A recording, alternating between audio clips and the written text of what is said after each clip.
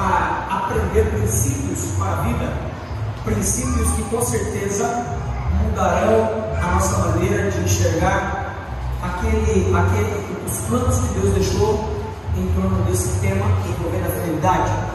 E é provocativo essa semana. Eu já fiz ontem a provocação para vocês, ou não diferente nos demais dias. Amanhã provocamos um delicioso caldo de macaxeira, é isso? É isso mesmo? E no dia seguinte, um delicioso caldo de milho. Mingau. Um mingau, eu não sei como é que vocês chamam aí, mas é isso aí. Nessa noite, estamos aqui para analisar mais um princípio. E o tema da nossa semana tem que ver com a verdadeira riqueza. Ontem aprendemos um princípio muito importante. Quem não veio ontem vai recapitular, e quem veio vai relembrar aquilo que estudou comigo. Se tem uma coisa que nós precisamos nesse mundo, é de riqueza. De Deus, claro. Mas eu fiz uma pergunta, eu usei uma expressão ontem. Salomão pediu. Então nós precisamos de sabedoria. Sabedoria. É fácil? É fácil? É impossível? Não. Mesma resposta, pastor. É claro que não. A sabedoria é essencial na vida do cristão. A sabedoria nos prepara, educa, muda a visão, a vida. E queridos, nessa noite eu quero que você abra a Bíblia comigo. Vamos lá, por favor. Você vai abrir no livro de... A minha já está aberta. Pode deixar a luz ligada. Vamos ver aqui agora. Livro de Lucas, capítulo 19. Quem encontrou aí o capítulo 19 de Lucas, diga: eu encontrei. E agora você vai ler comigo do verso 1 em diante. Muito bem? Pode aumentar um pouco o áudio. Isso, obrigado. Queridos, vamos lá. Lucas, capítulo 19. Diz bem assim a palavra de Deus: entrando em Jericó, atravessava Jesus. O que diz aí na sua Bíblia? O quê? Preste bem atenção. Diz assim o verso 2, acompanha a leitura para você ver que interessante. E eis que um homem chamado, como era o nome dele? Preste atenção nessa palavrinha. Havia um homem chamado. Quando você falar a palavra Zaqueu, nós vamos fazer um combinado aqui. Você vai falar ela no hebraico. Ué, que é isso? Você vai falar assim, E entrando Jesus na cidade, passava, e um homem chamado Zacar. Vamos lá?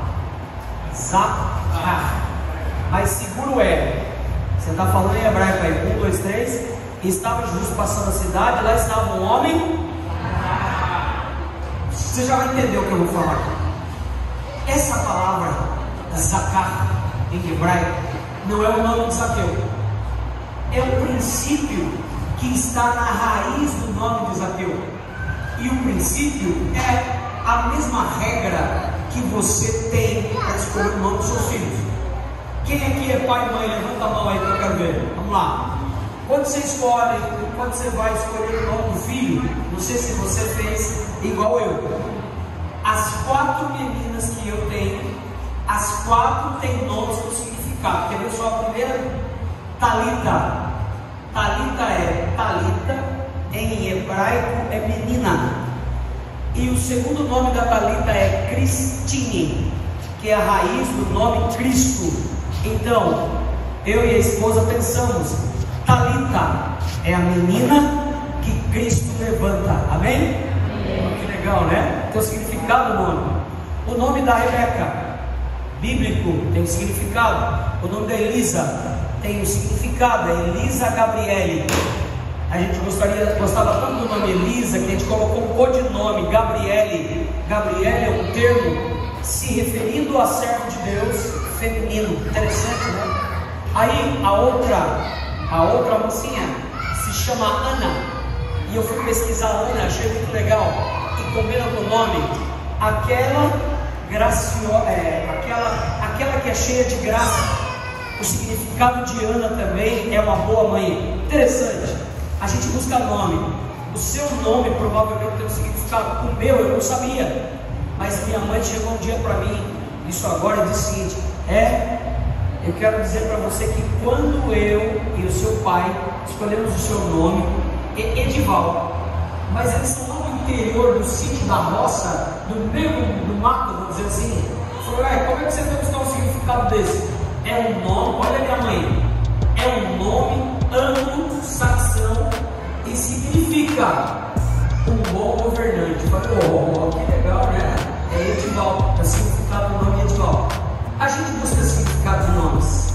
A mãe de Zaqueu não foi diferente, principalmente porque era uma hebreia, era uma pessoa de lá da Palestina, especificamente de Israel. O nome que você falou em hebraico agora, a palavra Zaká, significa, sabe o que?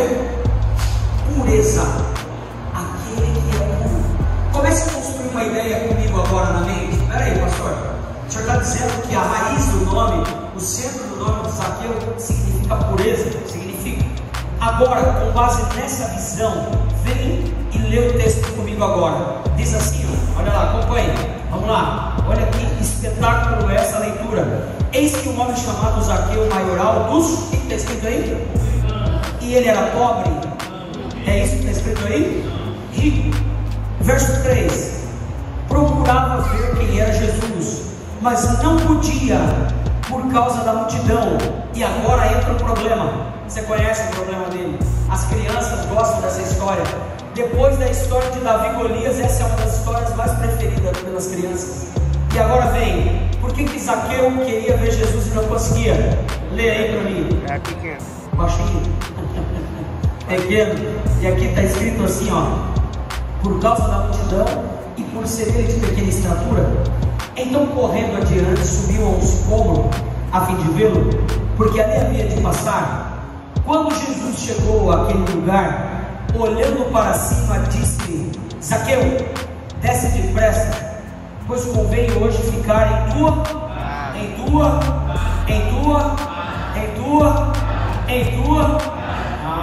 aí, em tua casa. Agora, até aqui tá bom, nós já vamos voltar. Olhe agora para os meus olhos azuis aqui, por favor. Pessoal, a gente precisa olhar para essa porção e a gente precisa fazer 3 divisões. Quantas divisões? Quantas? Primeira divisão, preste bem atenção. Zaqueu antes da árvore. Qual é a primeira divisão? Zaqueu antes da árvore. Quem era? A Bíblia deu algumas características aí. A primeira característica de Zaqueu antes da árvore: ele era publicano. Essa palavra é forte.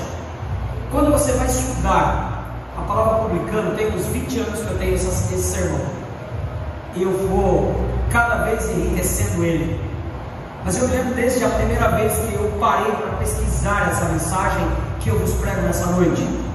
Eu levo geralmente uns 3 meses para preparar um tema, e quando eu vou preparar um tema, eu tenho 92 sermões que eu preparei.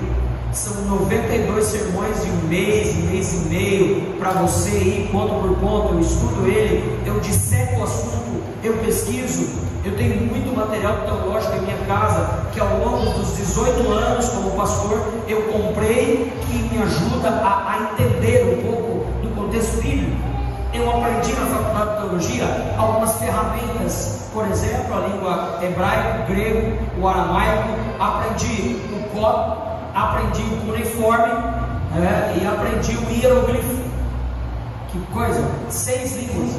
Um pastor adventista do 7º dia, quando vai para a faculdade de teologia, ele não faz uma faculdade comum, ela é incomum, ela é quase integral, é forte. Quando você olha para essa história, você precisa entender o tema, e uma espinha dorsal do tema é o seguinte: a cidade que Jesus está indo é Jericó, não é uma cidadezinha comum. Eu preciso ilustrar para você, vamos lá. Jericó era uma cidade de 25 a 30 mil habitantes. Jerusalém provavelmente tinha entre 35 a 40 mil habitantes. Essa era a população. Jericó era 25 ou 10 mil a menos do que Jerusalém. É isso que dizem os historiadores. Essa cidade é aquela mesma cidade que o povo rodeou quantas vezes? Vamos ver aí, quem está esperto na Bíblia. Quantas vezes? E o muro fez o quê? Essa mesma cidade. Tem uma característica essa cidade, e eu vou falar algo para você, irmã. Todos os estudiosos da Bíblia que escrevem sobre essa cidade são unânimes no que eu vou lhe dizer aqui. Essa cidade é uma cidade rica. Você sabia que desta região aqui, Caxias é a cidade mais populosa, é a cidade mais forte, porque é uma das maiores das 5 que existe no Maranhão, só que financeiramente ela não tem a repercussão que outras cidades têm aqui em volta. Por exemplo, ela é inferior a Santa Inês financeiramente, ela é inferior a Balsa, e ela perde, adivinha para quê? Uma cidade que está bem pertinho aqui, financeiramente, porém não de volume. O comércio aqui é mais forte.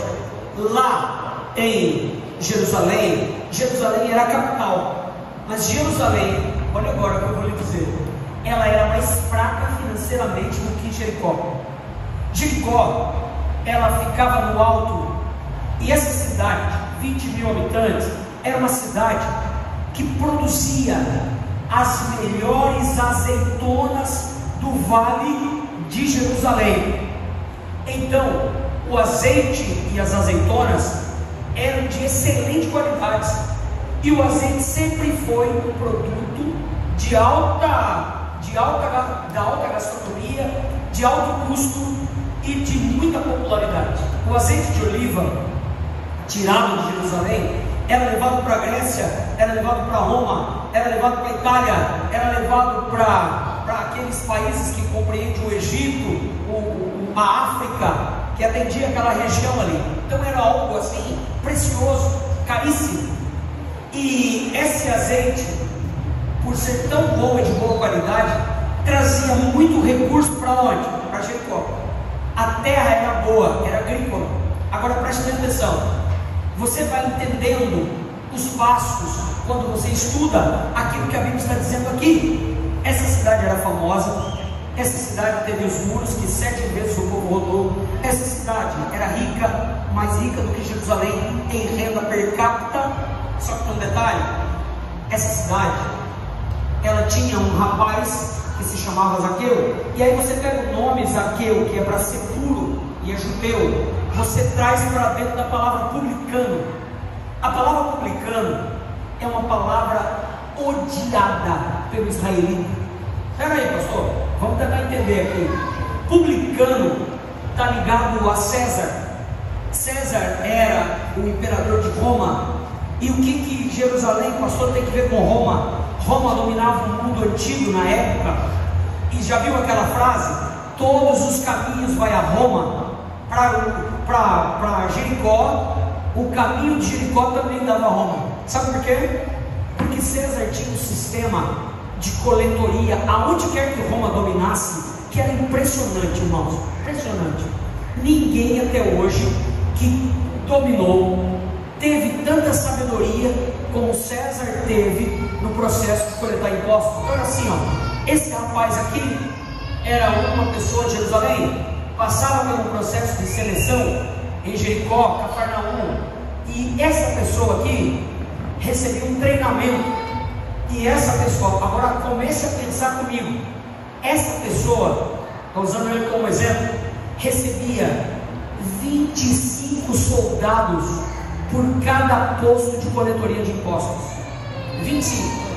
Esses 25 soldados, eles trabalhavam 24 horas para ajudar o coletor. Em Jericó tinha 5 postos de coletoria de impostos, sendo 3 que ficavam um em cada portão, eram 3 portões, no centro da cidade e numa região periférica da cidade. Esses centros, cada ponto tinha 25 soldados. À disposição de quem? Do camarada que cobrava impostos. Então vamos lá, preste atenção. Se você chegasse lá e a sua colheita na entrada da cidade deu 100 sacos de azeitona e estão todos no lombo do cavalo, ou 100 litros de azeite, não era César que determinava que você tinha que pagar, não era Herodes que estava dentro do seu palácio e recebia uma parte do imposto que você pagava. Não, quem determinava era o cobrador de impostos.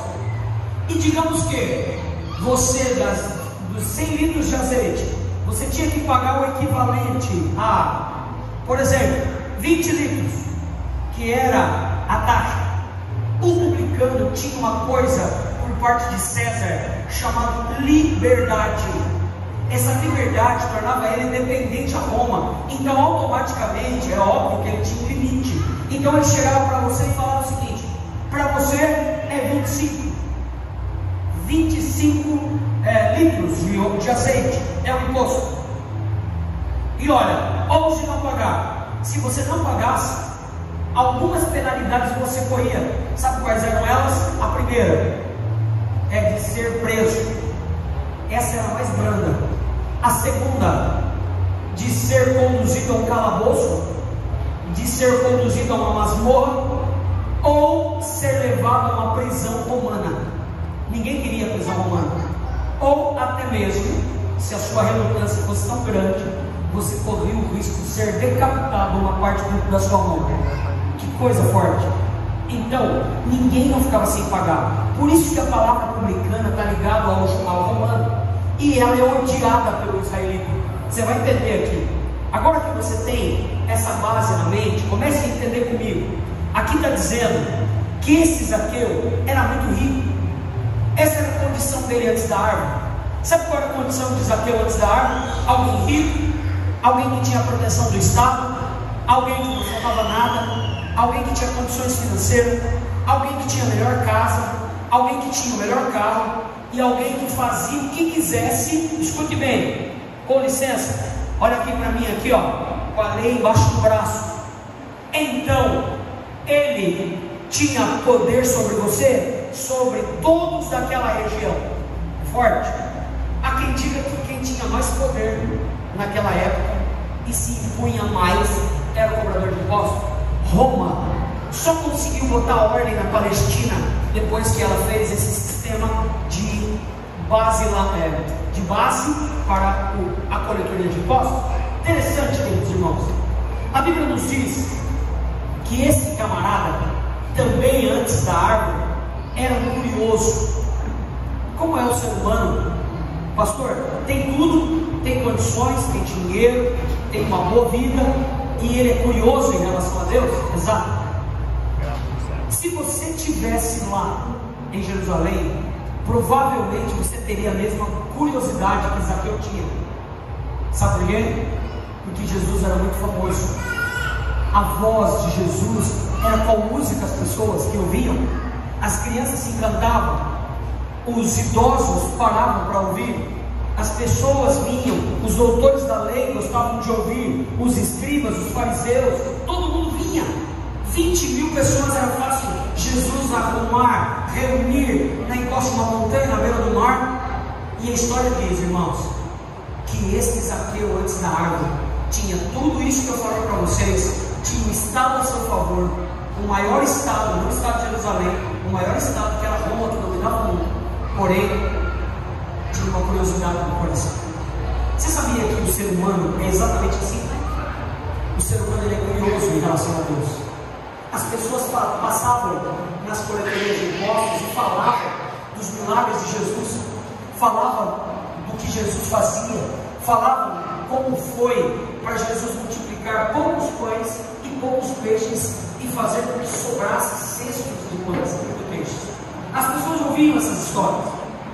Sabe o que acontece com o curioso? O curioso ele é limitado.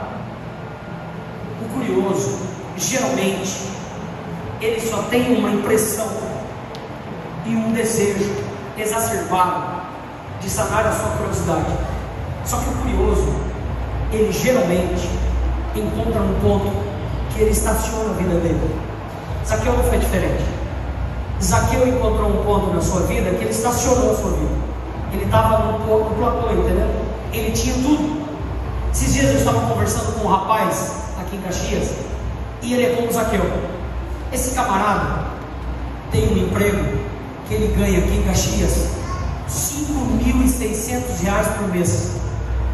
Ele ganha um ticket de alimentação de R$1.600 por mês. Esse camarada tem uma casa excelente aqui em Caxias. Ele tem um carro para a esposa, ele tem uma XRE 600 e agora está comprando uma BMW.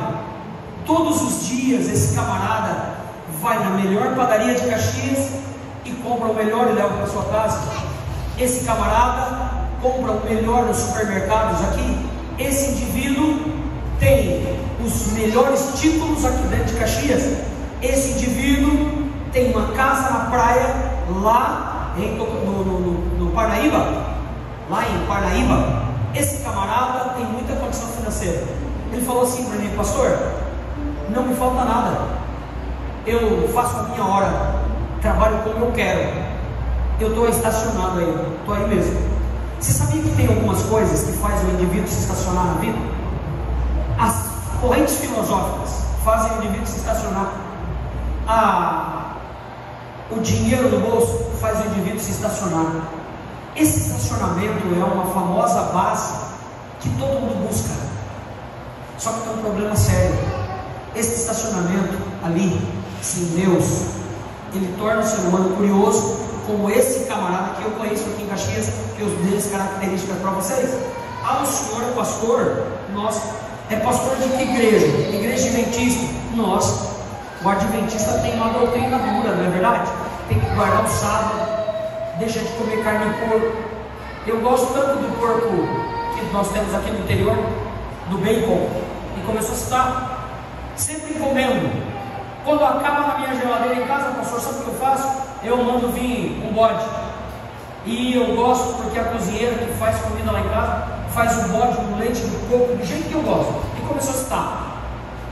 E eu comecei a ouvir aquele camarada. E ele começou a falar da igreja adventista, falou do porco, foi falando de coisas que ele até admira, ele até tem gosto, ele até acha legal, mas ele está num ponto da vida que para ele não consegue rebaixar-se daquilo dali. Eu vou falar uma coisa para vocês, isso é chamado de secularismo. O secularismo, pelo que tudo indica, será uma das doenças no Brasil, assim como foi na Europa. Você sabia que hoje o indivíduo que está estacionado, que está parado, para ele fala, como a Bíblia diz: estou rico e abastado e de nada tenho o quê? Falta. É isso que o Apocalipse diz. É assim o indivíduo estacionado. Assim era Zaqueu. Zaqueu estava ali e quem sabe ele fez assim: eu tenho curiosidade para saber como é esse Jesus. Ele é um homem simples, ele tem cabelos longos, diz que ele fala, é legal. É o seguinte, como ele está vindo por aí, eu sei que ele vai passar por aqui, eu vou procurar um lugar. Hoje, Zaqueu, quem sabe, pensou na sua estratégia e subiu no pé de árvore. E quando ele subiu no pé de árvore, queridos irmãos, ele se alinhou no pé de árvore, igual um grande passarinho. Se de repente Zaqueu, um grande não, um pequeno, né, porque ele era pequeno, talvez Zaqueu poderia estar no colo com um pacote de pipoca doce. Então ali, ele escolheu o meio do galho. O galho era cheio de água, cheio de folhas, estava tranquilo, ele não era tão grande. E ele ficou olhando para o centro da rua, disse: olha, como ninguém vai deixar eu chegar perto desse Jesus, eu vou ver ele. Só que tem um detalhe, eu vou falar algo para você, que é um princípio maravilhoso que eu aprendo aqui. O curioso, Deus tem também uma voz de chamado para ele. Deus teve.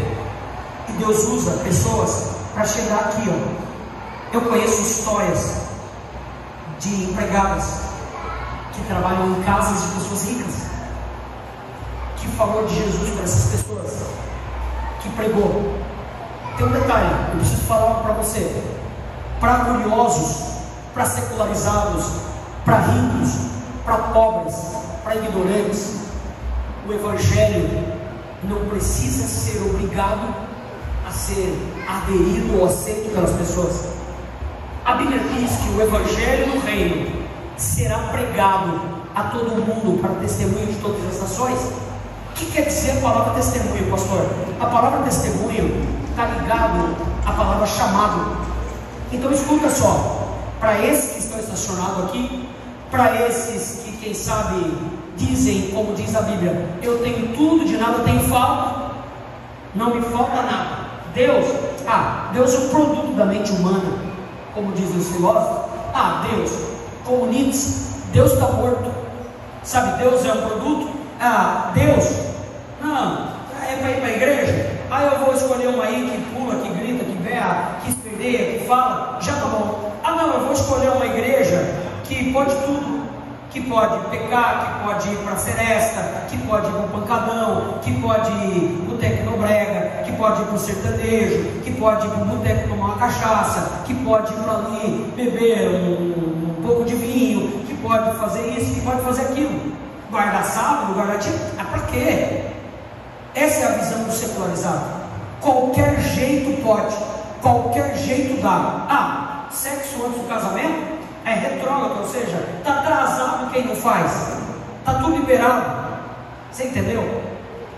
O estacionado aqui, ele está em uma situação que o diabo quer que ele esteja, porque veja bem, princípios não colam na mente de um secularizado. Princípios na mente de um secularizado é estranho, é corpo estranho. E quando vem para uma igreja, quando ouve, ou quando é convidado para a casa de um amigo, um pequeno grupo, ouve e fala assim: poxa vida, esse povo é estranho, esse povo é doido, esse povo é maluco. Você sabia que as correntes filosóficas aí hoje no mundo corrente fazem questão de estabelecer esse tipo de pessoa que está estacionado como um ideal de vida para as pessoas? E tem pessoas que observam, lutam, sonham, almejam. Que coisa, pessoal. Assim estava Zaqueu. Esse era Zaqueu antes da árvore. Só que tem um detalhe. Sabe o que acontece com Zaqueu? Zaqueu está numa condição favorável para si, pronto para matar sua curiosidade, pronto para resolver o seu problema visual. Só que tem um detalhe. Zaqueu não contava com a pessoa de Jesus. Por isso que a igreja de Deus foi colocada nesse mundo, para abrir aqui a Bíblia, para pregar para as pessoas, para chamar as pessoas para viver o princípio. E o inimigo, ele é tão sujo, ele tem tanta raiva, ele não quer que você ouça a mensagem, ele não quer que você venha à igreja, ele não quer que você tenha compromisso. E eu fico percebendo, eu saí do Mimoso hoje às 18h30, eu trabalhei de 7 até agora, às 18h30, na cobertura de uma igreja.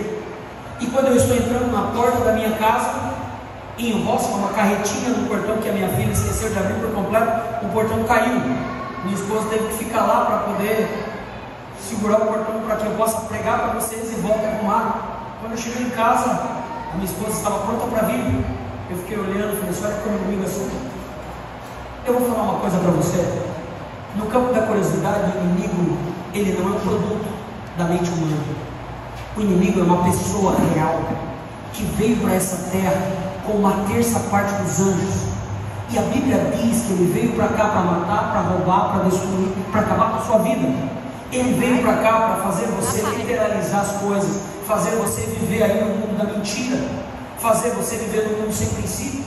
O inimigo, por exemplo, fez tudo o que fez para que eu me atrasasse para chegar aqui para pregar para vocês.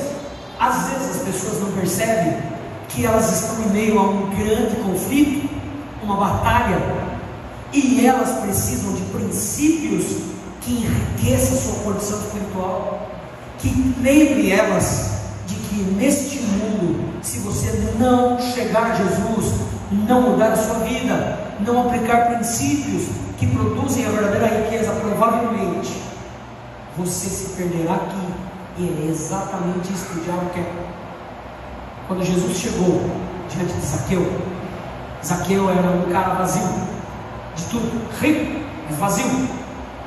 Zaqueu não tinha, escuta bem o que eu vou contar para você, na sua cadernetinha de procedimento, ele não esperava que Jesus ia parar embaixo da árvore. Escuta, toda vez que você ler nos evangelhos a palavra grande multidão seguindo Jesus, não associe menos de que 3, 2 mil pessoas. Chegou até 20 mil pessoas. Essas as expressões nos 4 evangelhos para a grande multidão. Jesus tinha na entrada de Jericó aproximadamente 3 mil pessoas, discípulos, escribas, pessoas ali perto. Sabe o que Jesus faz? Jesus caminha até embaixo do pé de sicômoro e para. A agenda de Jesus em Jericó naquele dia termina ali. Sabe por que termina ali? Porque para aquilo que o diabo enche o coração das pessoas e cria uma falsa sensação das pessoas, e eu vou falar algo para você: o diabo liga tudo ao materialismo. O quanto mais o diabo conseguir colocar no coração das pessoas de materialismo, mais ele tira as pessoas do reino dos céus. Sabia? Eu vou usar uma expressão bíblica para você entender o que eu estou falando. É mais fácil um camelo passar pelo fundo da agulha do que um rico entrar no reino dos céus. Essa palavra que Cristo diz e Ele fala está ligado ao quê? A este estacionamento aí, a este estado de condução. Interessante? O camelo, entenda, as pessoas ficam achando que é uma linha. Claro que não. O fundo da agulha era um espaço onde cabia uma pessoa, um soldado assim, ó, agachado, passando pela muralha. Era o mensageiro de guerra. O camelo é gigante, é impossível um camelo passar onde passa um homem. Jesus está dizendo: é mais fácil o camelo, se quem sabe, contorcer todo e passar por ali, que não fica entrar no reino do céu. Essa é a comparação que Jesus faz. Jesus usa uma hipérbole. Eu preciso dizer para você: o materialista no coração de Zaqueu provia sensações, ele provia condições de perdição. E Zaqueu, antes da árvore, estava nesse estado. Bom ou ruim? O que você acha? Bom ou ruim? Depende, pastor. Se você pensar do lado humano do homem aqui na terra, é bom? Ou é ruim ser rico? É ruim ser rico, irmãos? É ruim? Claro que não é bom. Eu não sou rico. Isso é bom? Só que tem um detalhe. O problema é quando o Deus desse estado aí, ele vicia você. Porque ele veio a essa terra para matar, para roubar e para destruir você. Agora olha o detalhe. A Bíblia diz para você e para mim que Jesus para a sua agenda e diz assim: ô Zaqueu, faz o seguinte, desce, mas não desce do teu jeito não. Até aí você andou do seu jeito. Desce e desce depressa. O que quer dizer a palavra depressa, irmão? Prioridade. Jesus diz assim, ó, para Zaqueu: Zaqueu, desce depressa porque eu tenho prioridade. A minha prioridade não é 3 mil pessoas que estão aqui, ó, me seguindo. A minha prioridade é uma pessoa. Durante a árvore é a segunda etapa da vida de Zaqueu. A segunda etapa da vida de Zaqueu é totalmente inesperável, inexplicável, e Zaqueu não sabia administrar aquilo dali. A história diz que só uma coisa acontece com Zaqueu. Aqui, ó, está na Bíblia. Lê comigo aí para você ver. Ele desce a toda pressa. É isso que a Bíblia diz. Desce depressa, pois eu venho hoje ficar na tua casa. Verso 6, ó. E ela diz assim, ó: e ele desceu a toda pressa e recebeu com o quê? Com o quê? Essa palavra resume a vida de Zaqueu. E sabe qual é a palavra? Escuta agora. Alegria está ligado a contentamento. Mas espere aí, eu preciso te mostrar uma coisa. Contentamento é uma coisa que dá ao coração, preste bem atenção, ó, dá ao coração paz de espírito que o dinheiro não dá, que a riqueza não dá. Um dia, esse camarada que segura esse microfone e fala para vocês, que veio lá do meio da roça, foi lá no Alphaville pregar para um grupo grande de ricos no final de ano. E eu falei de Jesus, eu contei a história de Jesus, eu usei recursos teológicos. Aqueles ricos começaram a chorar. Advogado da Polícia Federal, delegado, desembargador, gente que era diretor de porto lá em Santos, pessoas riquíssimas, e me ouviram e choravam. E a pessoa que me convidou para falar ali, a dona Cleide, disse assim: nossa, Edivaldo, que bênção. Só que sabe o que acontece? Quando eu cheguei no apelo, sabe quantos ali se dispuseram a fazer a vontade de Deus? Ninguém. Até hoje eu luto com a dona Cleide que me convidou. No final do ano ela me ouviu pregar novamente.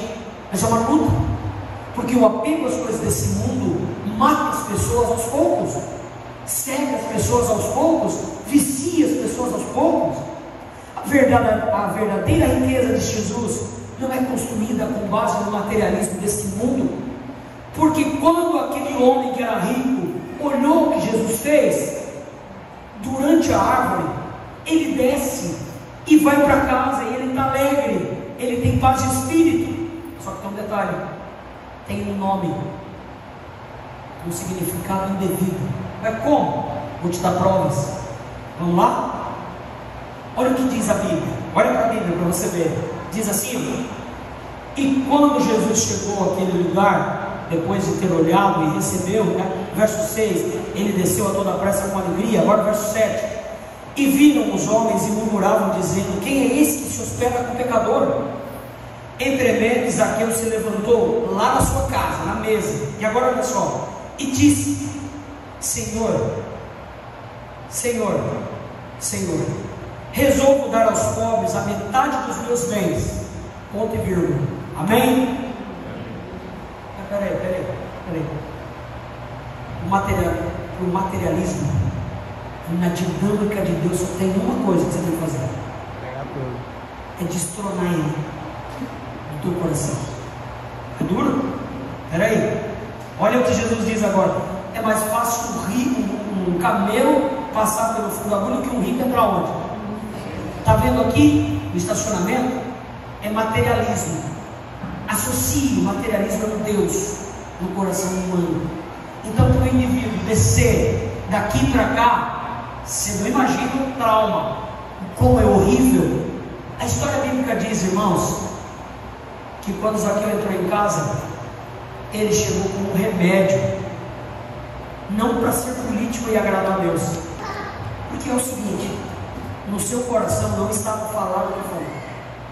Entenda, quando ele teve um encontro, ele não ouviu Jesus com o cadernetinho do lado assim, ó, falando: ô Zaqueu, você tem que dividir seus bens com os pobres, você tem que deixar roubar os outros, você tem que deixar disso, você tem que deixar daquilo, você tem que deixar daquilo. Não, Deus nunca fez isso, Deus nunca vai fazer isso. Isso não está na teologia de Deus. Peraí, o Senhor já falou lá atrás que quando a gente aceita Jesus, a gente muda o coração da gente. É claro que a gente muda, mas a gente não muda, queridos irmãos, porque Deus quer. Não, é porque Deus alcançou o nosso coração. E para a gente faz uma troca. A gente desce desse lugar aqui, a gente quebra o orgulho, o eu. A gente vai ali, para aquele lugar que se chama água do batismo, e ali a gente morre para a velha vida, para ser uma nova criatura. Tem muita gente que não vira nova criatura, se torna uma pior criatura depois do batismo. Mas o propósito da Bíblia, da pregação, é chamar o indivíduo, depois de descer para a sua casa, de abrir a sua casa, para que Deus habite nela. Aonde Deus habita, irmãos queridos, habita bons sentimentos, habita o desejo de viver, de fazer a vontade de Deus, não a vontade de si próprio. Zaqueu olha para Jesus e não ouviu de Jesus uma lista do que ele tinha que fazer. Ele começou a estabelecer a sua lista, e a primeira coisa foi destronar o materialismo do seu coração. Ele disse assim: Senhor, é tão bonito como o Senhor vive, o que o Senhor faz, como o Senhor anda, que eu só ouvia falar. Agora o Senhor está aqui, o Senhor veio para a minha casa, as pessoas me odeiam aqui, o Senhor não falou nada em relação a isso, o Senhor parou seus compromissos. Eu não sei para onde o Senhor ia, mas o Senhor veio para a minha casa. Senhor, eu estou muito feliz. Então é o seguinte, o Senhor não falou como é a sua religião, nem seus discípulos, mas então a partir de agora eu sou da sua religião. Você entendeu? Você entendeu o processo? Do que é a conversão? As pessoas precisam parar para pensar um pouquinho na proposta salvífica de Deus, da verdadeira riqueza no coração humano, da importância dele, das transformações que ele ocasiona quando você quebra o seu eu. O que vicia o seu eu é o materialismo desse mundo. É esse que Deus vem para o enfrentamento e chama você. Só que veja bem, Deus não trabalha sozinho. O Espírito Santo de Deus convence o homem do seu estado de pecaminosidade, e o Espírito de Deus promove a verdadeira riqueza do coração do homem. Amém? Então o muro de separação, o muro que impede o homem, cai. Que coisa! Só que tem um detalhe, não para por aí. Sabe qual outro detalhe? Sabe o que Zaqueu diz? Zaqueu diz assim, ó, está aí na Bíblia, lê comigo para você ver, ó. Senhor, ele usa uma condição. Essa condição, eu e você já estudamos nessa noite, temos bases bíblicas para isso. A condição é mais ou menos assim: Senhor, olha aí para a Bíblia para você ver. Se em alguma coisa eu tenho defraudado alguém, resolvo restituí-lo quantas vezes? Quantas vezes? Quantas? Então vamos fazer conta. Se ele cobrou a mais R$1 milhão, quanto que ele ia devolver? Quanto? Quanto? Essa. Pastor, peraí. Então eu vejo caridade, eu vejo empatia, eu vejo alguém com desejo no coração. E agora, pastor, eu vejo alguém que está a ponto de esmiuçar a sua base financeira. Isso era o que Jesus provia para ele. O que Jesus provia para você? Sabe, queridos irmãos, quando você abre sua casa para Jesus, a sua casa se torna um lugar de um pedacinho do céu aqui nessa terra. Amém? Amém. A sua casa se torna um lugar de salvação. Na sua casa existe um Jesus de braços abertos, ansioso para que você use de um recurso que Ele deixou à sua disposição, que é a fé. E o que mais Jesus se importa não é quanto de dinheiro você tem no seu bolso, quais são os seus títulos, qual é o carro que você tem, se você é rico, se você é pobre, se você não tem o que comer amanhã, se você está passando necessidades, se você tem muita coisa. Não. O que Jesus espera? Que você seja sincero com você mesmo, dentro da sua verdadeira necessidade, e sincero em viver uma fé que este mundo não está acostumado, uma fé que se assemelha ao plano de Deus. Agora tem um detalhe, eu preciso dizer algo. Quando Jesus vê as ações na vida de Zaqueu, destronando o materialismo, tendo uma consciência de que era pecador, sabe o que ele faz? Vamos ler? Te prepara agora, presta atenção, está aí, ó, na Bíblia, e diz assim, ó, olha lá: todos que ouviram isso murmuravam, e então ele diz: resolvo dar aos pobres. E lá no final, se em alguma coisa tenho defraudado alguém, restituo 4 vezes mais. E agora ele diz, verso 9: então Jesus disse: hoje houve o quê? Hoje houve o quê? Nessa casa, pois este também é filho de quem? Coisa. Sabe qual o principal assunto da Bíblia? O principal assunto da Bíblia não é teologia A, teologia B, pode, não pode. O principal assunto da Bíblia é salvação. O principal assunto da Bíblia, Deus não deixou para qualquer pessoa fazer.